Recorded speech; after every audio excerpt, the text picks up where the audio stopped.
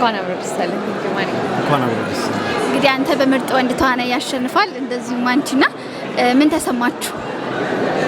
ያው ማሸነፍ ደስ ይላል። ደስ ብሎናል። ደስ ይላል። የመለሰችው አይ ጥቁር አደይ እጅግ ለየት ያለ ስክሪፕት ነበረ። በዳይሬክቲንግም በፊልምም በጣም ደስ የሚል ነበርና እናሸንፋለን ብላችሁ ጠብቃችሁ ነበር? አዎ ኤክስፔክት እናደርጋለን።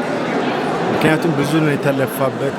ዳይሬክተሮቹ፣ ጸሐፊውና ዳይሬክተሩ በእርግጥ አንድ ሰው ነው፣ ፍጹም ካሳሁን ይባላል። በጣም ለፍቶበታልና ለዚህ ክብር እሱ ክብር ይገባዋል።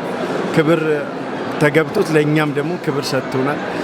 እሷም ይሄ የተለፋበትን ስራ ኢንቨስት በማድረግ ሳትሳሳ ፊልም እንዲሆን ያደረገችልን የሚገባትን ይሄው አግኝታለች።